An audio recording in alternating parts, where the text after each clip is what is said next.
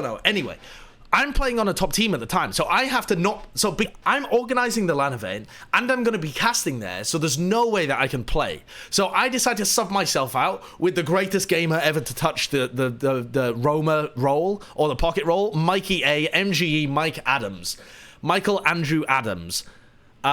So I get him in, which is a huge upgrade. Monumental upgrade. I can't even explain. Right, imagine the worst player in OWL, and taking them out and subbing them in for the best player in OWL. That's basically what happened. I was the worst player on a top team, and they subbed in one of the best players of all time. Oh, Silentes dodged as well. Yeah, so he had Tech playing as well. Silentes had A levels, yeah. So, okay, so the top team in Europe attended.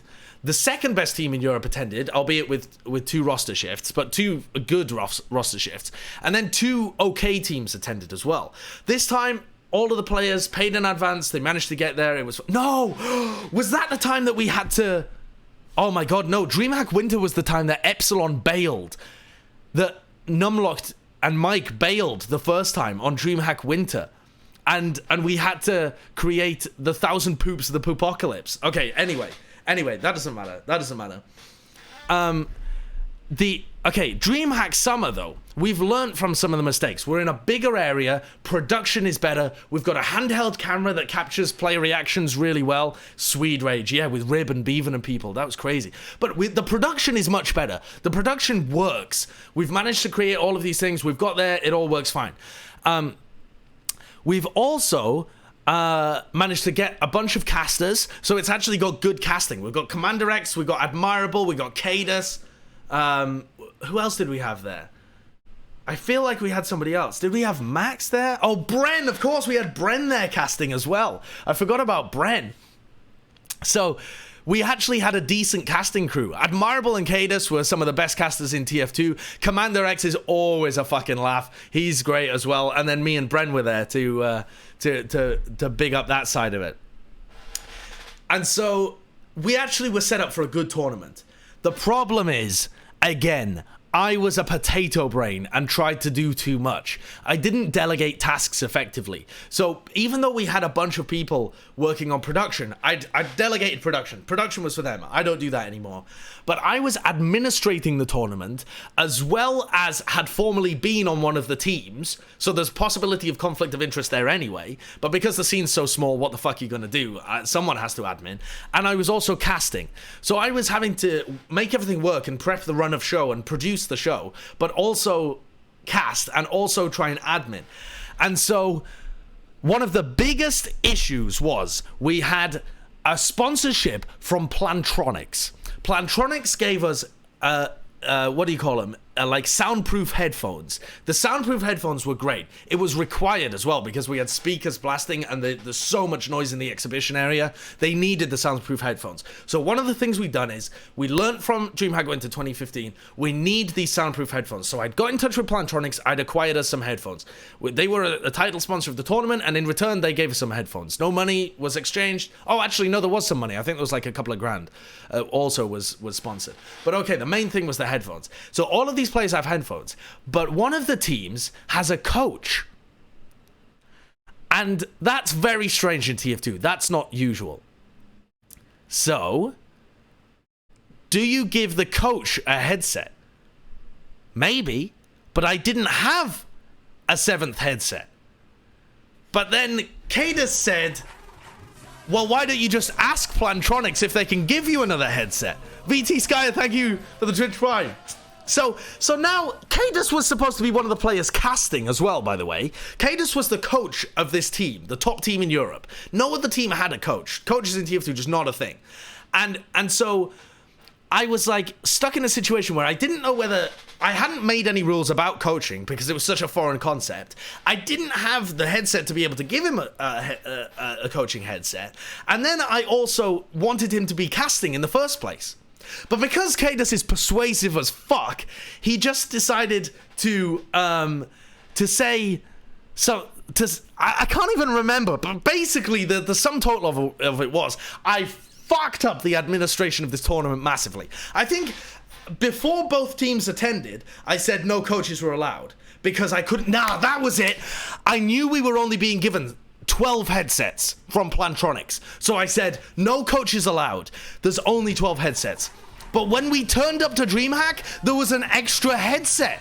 So I was like, well, now I guess coaches can be allowed. And because only one team had brought a coach, it seemed fair, because the other teams hadn't even brought a coach. So it's not even like I was denying them a coach.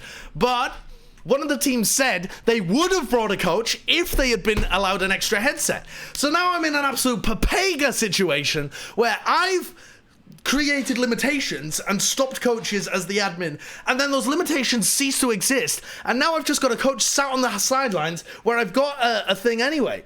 Prof64, thanks for the Twitch Prime. So the headset was there all the time. So I made the... So basically, here's the point, though. What this came down to was we had like a half hour to an hour delay where the teams were arguing with each other. I'm trying not to be biased because I think that the coach shouldn't be allowed, but I also was on the team that would benefit from me saying coaches are not allowed. So am I actually just biased as an admin? Should I in fact be giving these guys the coach? They're the only team that turned up with the coach. The headset's available. Why shouldn't I give them a coach? So I was just melting in terms of administrating. It was awful. And because I'd set up the schedule so that it was tight, we have to be out the venue at 11 p.m. We have to be out the venue at 11 p.m. We're in the exhibition area. They can't delay it. There are legal limitations on this area. We're not part of the main part of DreamHack. We're in the exhibition area where people sell and advertise products. Everyone must leave at 11 p.m. So I'm trying to wrap this debate up as quickly as possible. I'm like, come on. Dude, like, surely we can come to some kind of compromise here. Does he play with a coach? Does he play without a coach? Headset available? Headset not available? We found a headset? I don't know. I actually don't even know what I decided on in the end. Someone who was there in the chat, can you remember what I decided on? What did I decide on? Did I allow the coach? Did I not allow the coach? I think in the end I decided not to, because Cadus... You asked the teams. Yeah, that was the stupidest decision in the world as well. I didn't want to make the decision, so I asked both of the teams, which just delayed the process even longer. And so I said to the teams, if everyone agrees, I'll allow the coach to happen. So they ended up arguing, and obviously the team that didn't want the coach said, no, they're not allowed a coach. So in the end, enormous Papega decision.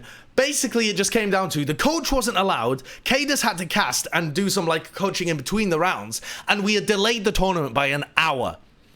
This would have been fine if the finals was a roll. So we play out the this was before the semi-finals. The semi-finals plays out, okay, the team that denied the coach lost anyway, so they just fucked up my tournament no matter what, and alright, it gets to it. We get to the finals. Both of these teams are fairly evenly matched, but I'm expecting the top team, the team that wanted the coach, to be able to win. We're casting, we get into it, there's a little bit of a delay at the beginning as we get everything sorted out. It's me, Bren, and Cadus as a tri-cast for this. So I'm trying to get things sorted. Suddenly, the maps are being traded. It's a Vancouver Titans shock scenario. One map goes one way. One map goes the other way. It's looking like a close game. One map goes one way, one map goes the other way. It's 2-2. At some point, about halfway through the series, when it was 1-1, I've got the producer, Dashner, in my ear, like this. Guys, we're running out of time. This has to be wrapped up by 11 p.m. Everybody's got to be out. We're really struggling. And so I'm like, oh, shit. It gets to map 4, and it's obvious that we are not going to be able to wrap this up unless one team wins. We get to map 4, the score is 2-1. Unless this team wins and the end score is 3-1, we're fucked. We're ultra fucked. And unfortunately, they tie it up. It's 2-2, and it's like 5-11. It's like 5-11. So I get in my head... Wait there. Where's the full thing? Where's the full VOD? Has anyone got the full VOD where I realize that shit's gone wrong? Where's the full VOD? I need the full VOD. So it's 2-2, and as soon as we go, it's fucking dead? The full VOD is dead? Really? Oh, that's terrible, man. That's terrible. It exists, I know that. Oh, I hope the full VOD exists. The full VOD absolutely needs to be seen.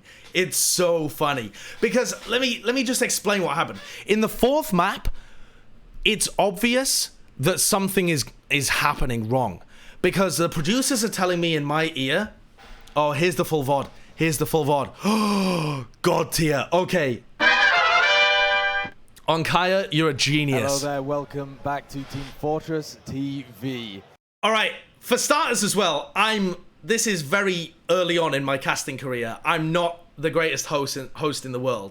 Bren is a twiglet at this point, and Cadus is in the middle. So let's skip forward though, because where were we? Where's this final map? Somewhere in the middle of this final map, right? It's got to the end. If Perilous win this map, then we go to a fifth. Myth Razor, thank you for the Twitch Prime. And at some point, trying to jump onto that concrete area, but Stark. Listen to Bren casting here as well. Not going to be able to hit up the second Where one. is this? It's quick on the ball, and it's going to bring him down pretty quickly here. All right, wait there. Spotted anyone? Nobody to reflect the rocket. 45 seconds left, but cost Uber advantage, but not that close to it yet. So it's going to be, you know, we're talking like when Perilous retake this point, supposedly with Uber advantage, we're talking only one push away from Nameless taking this map and forcing the fifth map. Exactly. So Cadus is like calling the fifth map here, and so the producer's talking in my ear right now. If the fifth map happens, we're screwed. So I'm just panicking. I'm pure panicking right now. Pure panicking. I'm hoping, begging, praying that Nameless win. I'm begging and praying that Nameless win. It's 2-2 at the end here. If Nameless win... Oh, no, wait, who was leading at this point in time? I can't remember who was leading, but I'm basically praying for one team that was in the lead to be able to win here. I actually don't even know. The UI doesn't even tell you who was winning at the time. But at some point you'll hear me just laugh because I realize we're fucked. The producer just says in my ear, we're screwed. Once again, he's out, but he hasn't even spotted anyone. Nobody to reflect the rockets from. Tech once again can't resist, but this time actually finds the frag. This is a very early on in my casting career as well. You can hear me and Bren are pretty inexperienced with our casting. 3 years ago. Let's see. Let's see if we can... See if you can hear that one moment where I realize shit is fucked. They are in control of the Uber situation. Permzilla is going to have to Uber into them if they want to take this round and this point. Here comes the Uber charges. They are exchanged. Thalish is going to take Swift right over to Healthcare on the back of that one. Stark has exchanged the Ubers and they're going to try and come back in. The time starts. Terrible casting. Actually terrible casting. Crucial fights. Absolutely. Falash picks up 2 there. Starkey and Drak falling in the process, but look at everyone. They just get absolutely destroyed by Spud in the process. All right, we're going to flick this one forward. Can do, boys. I mean, they cap it up. Destroyed by Spud in the process, and that is going to be it. They cap it up. That's it. 5 seconds remaining. Nothing they can do, boys. I mean, nothing they can do, boys. So Cadus is happy that Nameless have won because he's with Nameless, but I'm wanting Perilous to win because they're fucking 2-1 up at this point, and if Nameless win, we go to a fifth and we're screwed. So look at this. There's a crowd at the back. There's like a small crowd that have come to watch. They're all gonna get kicked out. The players are gonna get kicked out. To a fifth map. Can't believe what we're seeing. I can't believe what I'm seeing. Honestly, unbelievable stuff. That's So at this point, it's pure panic for me. Pure panic. So the producer cuts our mics and he's talking to us now like, oh my god, what's gonna happen? Look at the players here. Look at the look of confusion on these players' faces.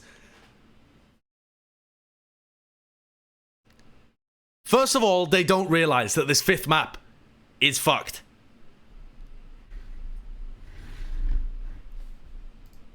Tom comes over and he tells Spud they're kicking us out the venue. Skeege comes over and he's like, they're kicking us out the venue. He comes over, oh, we're getting evicted from the venue. Gentlemen, we have a very interesting situation. We've never had a situation like this, ever. In fact, I don't think anyone's ever had a situation like this ever. It's very interesting. You gotta go. It's time to go. It's time to go. It is indeed time to go. Both of the teams are tied at 2 maps apiece after the 4 maps of the best of 5. it's gone on for so long. We had so many golden caps that we've exceeded the schedule, gone miles over it, even of the allowed time that DreamHack gave us extra. And we have 1 minute to leave the venue before we literally are all killed by the DreamHack security. And so the teams have two options. They can either play it online at a later date, or they can call a draw and split the prize money, or a heavy fist fight, but they decided not to do that one. Much to Twitch chat's dismay, I'm sure. But unfortunately, one of the problems of not actually being in the official rotation of DreamHack or something like that is that we're bound by the exhibition hall's time rules. So unfortunately, we are going to have to end the stream there. This is not a troll, I swear to God. But so the teams are going to decide at a later date whether or not to draw and split the prize pool or play it online. We'll keep you updated on that. Check TFTV. This is ridiculous.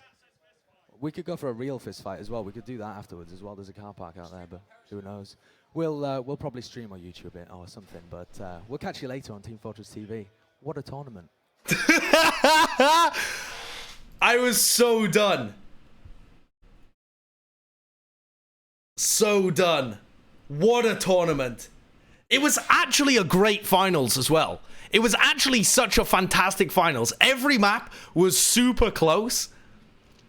And, I mean, what was I supposed to do there? What was I supposed to do at the end? I was so inexperienced. I'd never really worked on a broadcast before. And I have to tell about 2,000 people who are watching that the tournament, one of the most highly anticipated LAN tournaments in Europe's history, apart from the I-Series, is not going to have a conclusion. Is literally not going to be played because we fucked up the administration. Oh my God. Honestly, in terms of TF2 though, 2,000 viewers is highly anticipated. That was a great finals as well, and it got totally fucked up. They didn't even play the last map. They decided to just split the prize money. Chat reacted by being angry that TF2 was such a runt of an esport that we couldn't even finish our own tournaments because we had to be in an exhibition area. So I love that because Twitch chat didn't blame me for being an absolute moron. They blamed everybody else for not taking TF2 seriously. Oh my God. The prize money was something like 3K, I think. I think it was maybe 6K. I'm not sure actually. Wow. So there you go. I kept this secret for 3 years. This wasn't secret. I mean, all of the players knew this. That basically, the tournament was scheduled fairly well, and we had allowed a load of room. But because it went 5 maps, and there was golden caps, and the semi-finals had a bunch of golden caps as well, the actual schedule lasted way longer than it should have done. But the crucial fuck-up was the hour-long delay that we had with the administration. So there we go. Yeah. Now, also, at the end of this massive Papega tournament that happened, I had spent all of my money on DreamHack Winter before and still hadn't been paid back by some of the players. I'd also spent a bunch of money on DreamHack Summer, but not as much, so I had no money in my bank account. I had about 50 quid in my bank account. And unfortunately, the train stopped working on the way home. So we were in Jönköping. We had to take a train down to Malmö and then down to Copenhagen. I don't know why I'm pronouncing it like that. And we had to fly home. Me and Kos, who's in my chat right now, had to fly home from Copenhagen.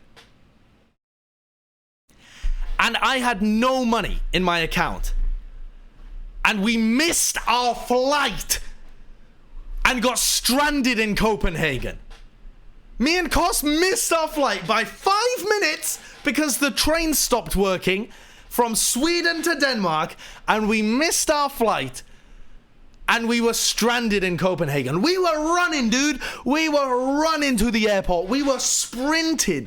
We had allowed ourselves an hour extra time, but because the train stopped working, we were there like, we had to run, and we were 5 minutes. We actually got there before the plane took off, and we got to sit there and watch. We sat there and watched as the plane left without us. The plane was still boarding people when we arrived, But because they'd already left the airport and they were boarding out of the thing, we couldn't get on. So we just watched. I watched as my chance of getting back to the UK sailed away. And I had 50 quid in my bank account. Now, I can't remember what happened next, apart from the fact that we went to a hostel in Copenhagen and had a very lovely meal and met the most beautiful woman that I've ever met in my life, who was the waitress at one of these restaurants in Copenhagen. Yeah, we walked to Copenhagen from the airport that was like 2 miles away. We walked 2 miles through Copenhagen. We didn't get married. No, unfortunately not. And, what? And then we stayed at a hostel which had a racist owner who, I mean, maybe we roll up to this. We roll up to this hostel, and the guy is from the UK, and he's like, all right, mates, I'll put you in this room. And then he looks at where he is, and he's like, oh, mate, you're in with Ahmed. Good luck. And we're like, what the fuck is that about? What? It just randomly throws in, you're with Ahmed, good luck. What a massive dickhead. So, to be fair, Ahmed did snore like a motherfucker. So maybe he knew this guy, Ahmed. But it did seem like he was just reading the name Ahmed off the list. He just basically looked and he was like, you're with a guy called Ahmed, good luck. So I'm pretty sure the guy was just being mad racist. But he may have also just known the guy Ahmed and known that he snarled a lot. Who knows? I kind of doubt it. He's struck me as one of these ignorant British types. So then we went back to the airport, and I didn't have enough money to get a direct flight back to the UK. So we had started in Sweden, taken a train that was delayed down to Denmark. I then flew to Belgium with a connecting flight to Switzerland because it was really cheap. I landed in Geneva and took a train where I had no ticket. I just hopped on the train and hoped that I didn't get caught, to France. I then, once in France, took a bus to where my sister lived at the time in France, in Chambéry. I arrived in France. This was all cheaper than getting a direct flight back to the UK. I arrived in France to meet up with my sister and lived with her, but she wasn't in. She was on holiday in Italy. I swear to you this is the truth. I swear to you this is the truth. So I arrive at her apartment where I've been before. I've been to meet her before in Chambéry, so I know where it is. And I don't have data on my phone. So I can't call anybody, I can't get in touch, I can't request funds be transferred from my parents or my sister or anything. I have to just hope that when I turn up at my sister's apartment, that she is in. I turn up and I meet her roommate, Alina, and her ex-boyfriend, and they say, oh no, Hannah's not here. Hannah's gone to Italy. There's like a 10 quid bus though that you can get that goes to Turin. Do you want to take that? And I was like, in for a penny, in for a motherfucking euro. Let's go for it. Let's go for it. Let's go to Turin. So I go to Turin on this bus to try and find my sister. And my sister now knows that I'm arriving because her friends have told her that I'm coming. And so I, using the last dregs of money, the last little dregs of money that are in my, just pouring the last little pound coins out of my pocket. So my sister now knows that I'm on my way to Turin. So I meet her in Turin. I can't vote on Brexit because I'm not back in the UK. Because I've had to take a detour via Belgium, Switzerland, France, and Italy. And then I arrive in Italy to Turin, where my sister is there, and relaxed. For a week. I finally relaxed. I spent a week with my sister in Turin, relaxing. And the reason that I had all this free time to be able to work with was because I had quit or been kicked out of my medical studies. I'd been kicked out of my medical degree and hadn't found another job, so I'd run out of money as well. And I hadn't told my parents that I'd been kicked out of med school. So now I'm penniless in Turin. And in order to get home, and in order to explain to my parents why I'm with my sister in Turin without any money, I have to ring my parents from Turin and tell them that I've been kicked out of my medical degree. And my mum, on the phone, just started crying. So that was DreamHack Summer in a nutshell, honestly. That was DreamHack Summer. All this potential Bible thump. Exactly.